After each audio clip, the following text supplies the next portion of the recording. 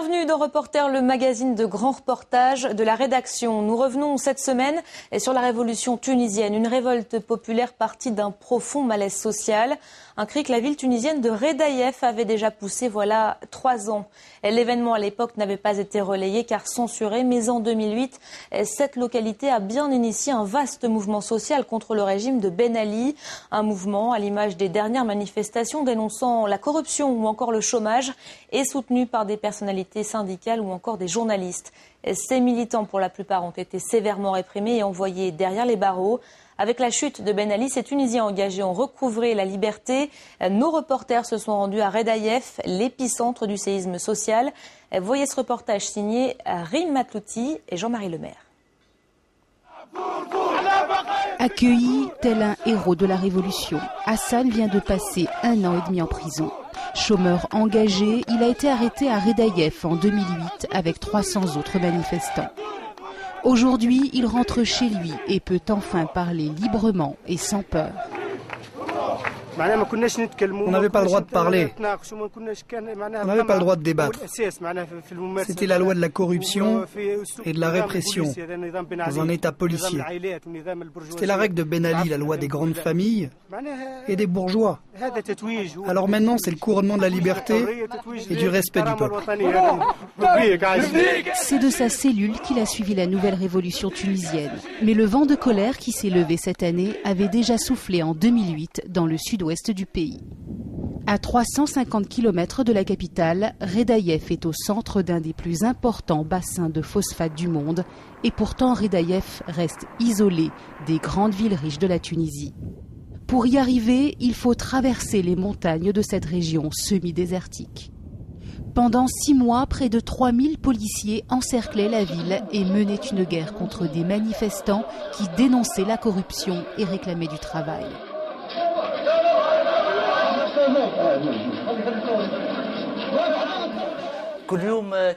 Chaque jour, on avait peur de ce qu'on allait filmer parce qu'on pouvait croiser la police. Elle pouvait te frapper et te prendre ton matériel. J'enregistrais certaines images directement dans mon ordinateur et j'en enregistrais d'autres là-dessus. Ça, c'était caché chez un ami à 40 km d'ici. Entouré de ses amis, Fahem savoure sa liberté. Pour avoir simplement fait son métier, il a été condamné à 4 ans de prison ferme. Il était un des rares journalistes à avoir couvert les événements. À l'époque, le gouvernement avait étouffé la révolte par tous les moyens.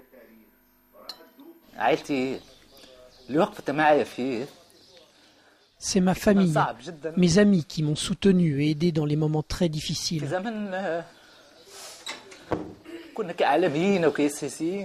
Ils m'ont soutenu à une époque où quand on rendait compte de la vérité, on avait peur chaque jour. La police pouvait taper à ta porte, n'importe quand, te frapper, t'humilier.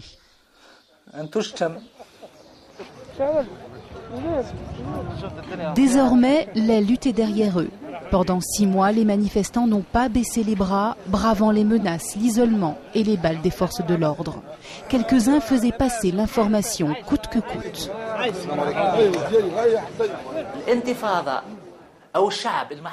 Dans l'intifada, le peuple privé de véritable information à cause de la dictature est obligé de trouver d'autres moyens. Les moyens, c'est quoi? Eh bien, les manifestants, les gens normaux, ce sont eux qui prenaient contact avec les chaînes indépendantes. Les médias ne peuvent pas envoyer de correspondants. Les correspondants, ce sont les citoyens.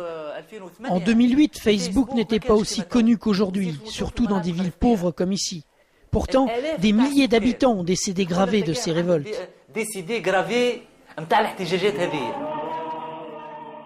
Malgré cela, le mouvement social de Redaïef n'a pas réussi à écraser le pouvoir de Ben Ali. L'homme au kéfier est un des meneurs du mouvement populaire, la voix des manifestants, un dirigeant de l'UGTT à Redaïef, l'unique centrale syndicale en Tunisie. Pour avoir organisé des manifestations et troublé l'ordre public, il a été condamné à 10 ans de prison.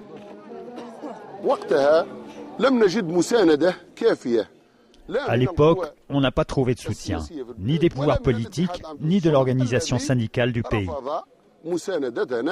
Parce qu'on était considérés comme hors la loi. Il ne faut pas oublier que les autorités m'avaient interdit de militer pendant 5 ans. Finalement, ça a été une expérience qui nous a servi de leçon pour cette fois-ci. La ville souffre du chômage et de la pauvreté. En circulant dans les rues, on a du mal à croire qu'elle fait partie des 5 centres miniers exploités par la compagnie des phosphates de Gafsa. Avec un bénéfice net de 150 millions d'euros en 2009, la compagnie est classée au 5e rang mondial.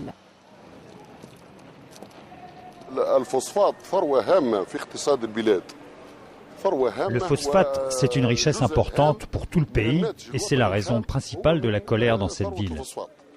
Mais cette richesse, on n'en profite pas. Ni Redaïef, ni les autres villes de la région.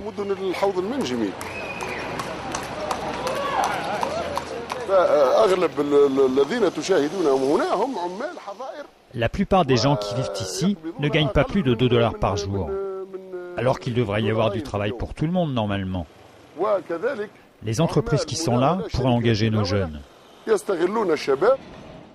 Cette mine, Zouer respire sa poussière tous les jours. En 2008, il faisait partie des manifestants. Comme la plupart des jeunes d'ici, il a passé le concours obligatoire qui ouvre les portes de la compagnie des phosphates. Et comme la plupart des jeunes, il a échoué. Concours truqué, droit de passage payant, poste réservé aux familles alliées de Ben Ali, les accusations fusent et la colère monte. Ça donne envie quand on voit le phosphate. Une telle richesse dans sa propre ville et on n'en profite même pas. Ça nous rend dingue. On ne comprend pas pourquoi on n'a pas de travail. Malgré une maîtrise, des diplômes, on devient fou. Il y a de quoi perdre la tête.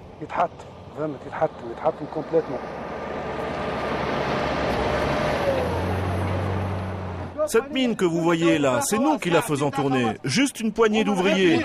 À la mine, les sous-traitants mal payés et furieux dénoncent l'injustice dont ils sont victimes. Laissez-moi parler. Moi j'ai 53 ans. Ça fait 20 ans que je suis ouvrier. J'ai 7 enfants. J'ai un fils en 2e année universitaire. Et je l'ai jeté à la mer pour qu'il parte en France. J'en ai un autre à qui j'ai payé des études pour avoir un diplôme en mécanique et passer le concours et il ne l'a pas réussi. Moi je mangeais que du pain et du thé pour ça, du pain et du thé.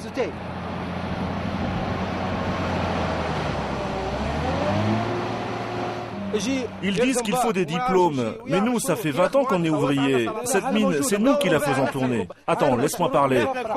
Ça fait 14 ans que je bosse d'une machine à une autre. Ils amènent des gens qui n'ont aucune idée de ce qu'est un engin de chantier et ils les mettent dessus. Une machine à 120 000 euros. Ils la conduisent, quoi 3 mois et ils disparaissent. Mais pourquoi ce n'est pas nous qu'ils font travailler chez eux? Ces ouvriers sous-traitants gagnent 5 fois moins que les salariés privilégiés de la compagnie qui, eux, ne viennent jamais travailler. C'est aussi pour cette raison qu'ils sont descendus dans les rues de Redaïef. À Tunis, leur mouvement social a été passé sous silence. La télévision nationale n'a tout simplement jamais parlé ni de leurs revendications, ni des morts. À l'époque, Najer Missaoui était rédacteur en chef adjoint. Il suivait à la lettre les ordres du ministère de la Communication. C'était une ligne éditoriale. On avait des pressions, des instructions, de montrer comment le gouvernement là-bas a essayé de sortir de cette crise. Voilà. Sous des instructions bien déterminées. Le but, c'était de montrer l'image d'un régime qui essaye d'aider les citoyens de Redaïef et de contourner cette crise.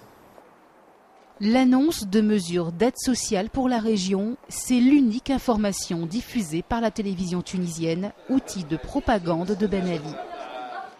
Loin des bureaux de la télévision d'État, une petite chaîne clandestine a pris tous les risques. Caché dans un immeuble du centre-ville, un appartement sert de rédaction aux journalistes indépendants.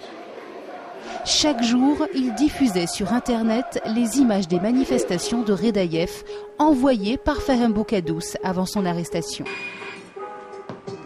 La chaîne du dialogue tunisien a été créée il y a 7 ans par Tarad Ben Hassine.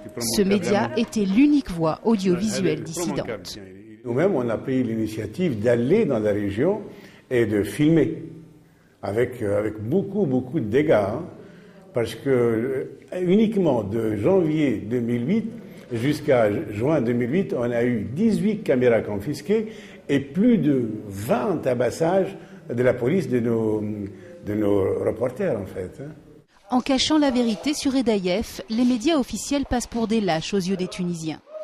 Oui, c'est lâche, mais simplement, je les comprends. Moi, si vous voulez, j'ai la chance de ne pas avoir eu mon gagne-pain en Tunisie. Parce que si je me suis dit, si je gagnais ma vie en Tunisie, et qu'ils m'auraient affamé, comme ils menaçaient, comme ils l'ont fait avec d'autres, qu'est-ce que j'aurais fait? Est-ce que j'aurais été aussi brave, si je peux dire, que je l'étais? Une révolte muselée, réduite au silence et isolée. Peu diffusée, on comprend pourquoi ces images de Hedaïef n'ont pas eu l'impact espéré. Désormais, la liberté d'expression des Tunisiens n'est plus un rêve inaccessible.